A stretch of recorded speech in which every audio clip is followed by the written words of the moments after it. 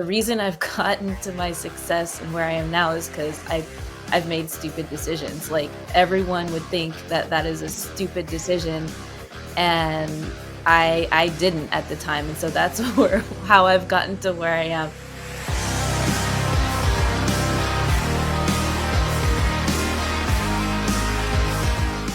Welcome back to the List Building Lifestyle. I'm your host, Igor Kafitz, and today I'm chatting with Marissa Romero. Marissa is actually one of the few people out there who I consider to be an authority when it comes to organic YouTube growth.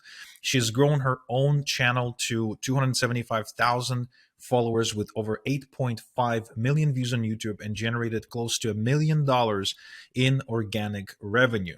She's now focused to help in helping YouTubers, established YouTubers, turning subscribers to sales and helping them scale their YouTube businesses. She's a mother of one, a speaker, a YouTuber, and a true digital nomad. Marissa, welcome to the List Building Lifestyle. Igor, thanks so much. That was a fantastic intro. It's an honor to be here. Thank you for having me. Yeah, it's honors all mine. I always love chatting with interesting people who have something that they've done in their life. And, for the most part in this industry, people talk about things they've done. They don't actually do these things. So it's a lot of self-embellishment and self-promotion. So I like it when, we can have some measurable metrics that we can go by. And of course, YouTube is a whole other area a fascination for me because my relationship with YouTube is it's like twofold. On one hand, I spend a lot of money on YouTube ads. And if you spend time on YouTube, you've probably seen my ads. On the other hand, I am attempting quite, well, I don't want to say unsuccessfully because we've been seeing growth, but it's been very challenging to grow our channels. So in general, YouTube is a fascinating topic for me to just kind of talk about. But before we get into that, can you maybe share a little bit about how did you manage to grow your channel? What was the secret sauce? How did you end up kind of penetrating YouTube, if you will, and what made you so successful on that platform? Yeah.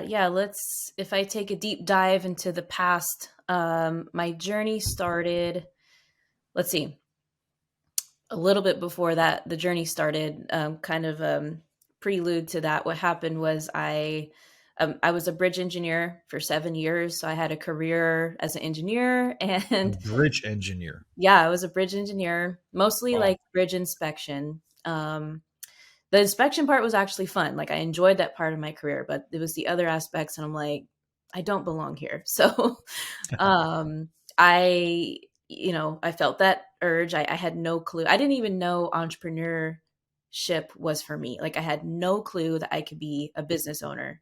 And I didn't know that was possible. So what happened was I like left my job. I took the leap of faith because I was going to start network marketing.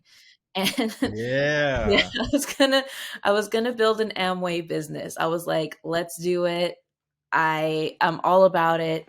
I read the books. I went to the meetings. I'm like, let's do this. And then um shortly after that, like, diving online and researching and how to get leads for my Amway business, I found, things on YouTube. You were involved with Amway, out of all things. Wow, Yeah, that's insane. Isn't that like the biggest company, the biggest MLM in the world, or is Herbalife bigger? I don't know. It's a close. I mean, they're old school. Oh yeah, oh yeah. No, the guy who built Amway, he's a hardcore entrepreneur and got some big wins.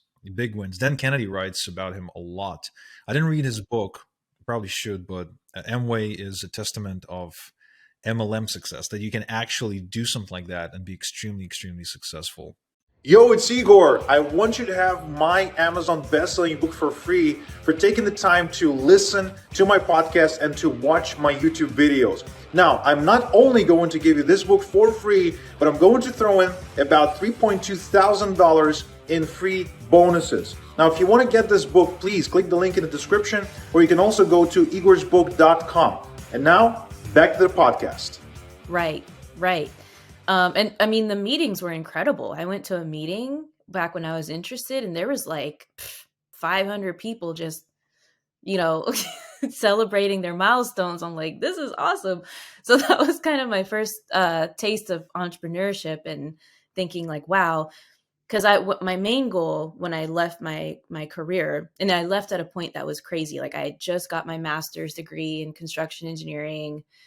You know, I had moved up pretty well in my position, and it was everybody was like, you're doing what? And I'm like, yeah. And I had this overconfident, just like, I'm gonna kill it, make six figures in 90 days attitude, right? And my main goal was to be able to travel, because I got the whole thing was inspired by my first trip to Europe when I was 26 with my family.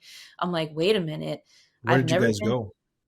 We went to London. We were there for a few days, and we went to Italy, Rome, Florence, and we went to three places in Greece. The last place was Crete. And I just, that trip was like, it just hit me in the face. I'm like, oh my God, like there's all this world out here. The Europeans think way different than we do about work, their mentality. I'm like, I need to see more of this. I need to see more world. And I'm like, how do I do this? And so that kind of sparked my curiosity of like, what am I doing? And so anyway, then when I was Wait, in but grad, you'd think that a bridge engineer would travel for work, no? around the States, yes, but around the world, I don't know. I mean, there are different opportunities, but it would have been pretty tough. But I Right. was like, I would have done anything. I looked at like the Peace Corps. I looked at the Army Corps. I'm like, give me a job in Pakistan. Like, I just want to travel. You know what I Give me a mean? job in Pakistan, Yeah, the I line was no one literally said looking at ever. our database on USA Jobs, because I worked for the federal government, and I'm like, oh, there's positions in Germany, high risk in Pakistan. I'm like, I'll take it. That's fine. You know? Wow. No, but to So, think, you probably went to school to become an engineer. You probably spent a lot of time and money on it. I don't know if mhm. you still have any student loan debt, like most people would have. I think we know, we have a mutual friend. I don't know if you know him. I'm assuming you do because he's also quite, he's spending a lot of time on YouTube. Jonathan Montoya, he Oh, was yeah. on the show. He was an engineer too.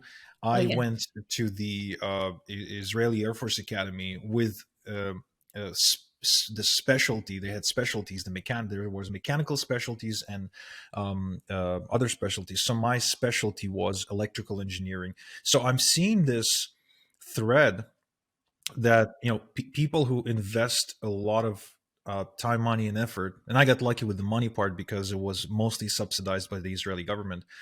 Um, End up leaving these lucrative, on paper, right, lucrative jobs, because ask any parent, 9 times out of 10, if you ask them, would you like your kids to become an engineer, yeah, of course, engineer or a doctor or a lawyer, anything.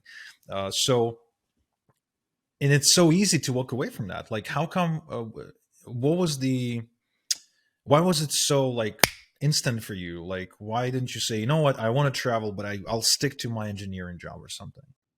Yeah, no, that's interesting. That's a great question, because most normal people would have probably not have left as soon as I did. I think I just, I was single. I didn't have a husband or kids. I, had money saved up. I had access to capital. And so I was like, let me just do this. But as I was leaving, I kind of, so that's at the point when I found like network marketing, but also when I found affiliate marketing online and also e-commerce. And so there were those interests. I'm like, whoa, there's so many ways to build an online business. I can for sure figure this out. So I had this like really great confidence in myself that I was just going to go get it. So, Yeah, um, I'm sorry to cut you in again, cut in again, but mhm.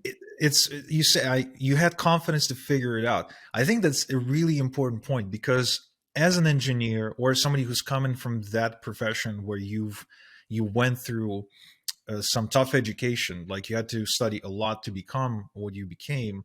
All of a sudden, you gain the confidence to be able to solve difficult puzzles.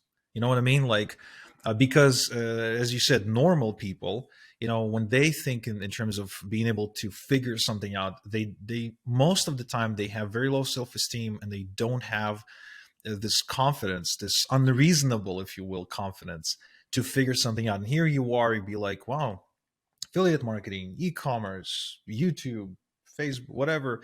It's like, this is an exciting, big, exciting world, and I can go in, but I'll have to figure it out, and I have the confidence to do it. So I think that's an important element to becoming a successful entrepreneur. Yeah, no, I agree because there is I was listening to a video by Minority Mindset. You've probably seen him on YouTube. He's huge, but he said the reason I've gotten to my success and where I am now is because I've made stupid decisions. Like everyone would think that that is a stupid decision, and I didn't at the time, and so that's where how I've gotten to where I am. And I could resonate with that because it's crazy. I mean, so that first year and a half of my going into entrepreneurship and dabbling with affiliate marketing, I took ecom seriously first. So I did Shopify, drop shipping, all that. I had a print on demand store, I had a baby store, a gadget store. Like I had these stores. And so that was, I was decent at it, profitable, but I wasn't profitable because, super shiny object syndrome. I was investing in training and mentors and things I definitely should not have spent my money on. So that's when I racked up a big, huge 6-figure debt bill. And I'm like, oh my God. So I was like in trouble. So then, like that year and a half, I'm like, okay, here I am. I have my stores. I'm like, I don't even want to do e-commerce. I don't like it. It's so hard. Um, and Facebook ads are going up, and I'm like, this shipping and it was just a mess. So I was like, let me get rid of these. So I sold them for like this super cheap price. Like I was like, oh my gosh, I can't believe it. But You I sold didn't your know any better. stores. Huh?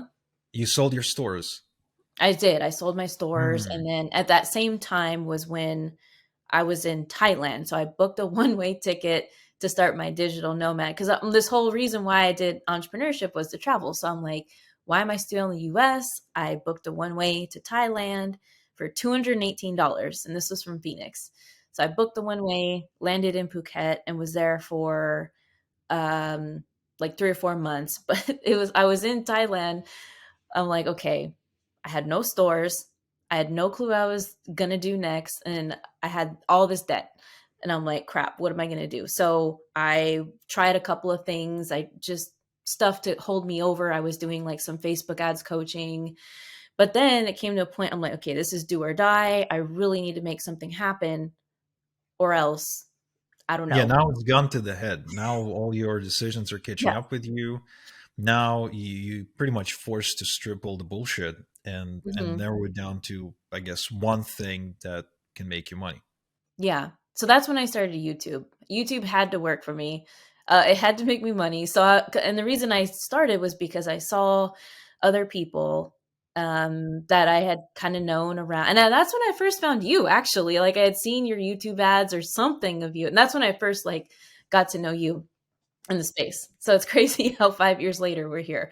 It is, isn't it? Yeah. The other week I was interviewing Rich Sheffrin, Uh-huh. and I felt the exact same way because he's a legend. Hmm. He's literally a living legend in the industry. And I used to download his reports and be like, "Oh wow, I wish one day I can be like him." And now it's like we're speaking on eye to eye level, and we texting back and forth, discussing different ideas. And he's like recommending books to me. I recommend books to him, and it's like unreal. It's almost a surreal experience to be able to track back where you start, to be like, really, I was all the way over there. No way. And how did I get here? One day at a time. Oh my god, this is incredible.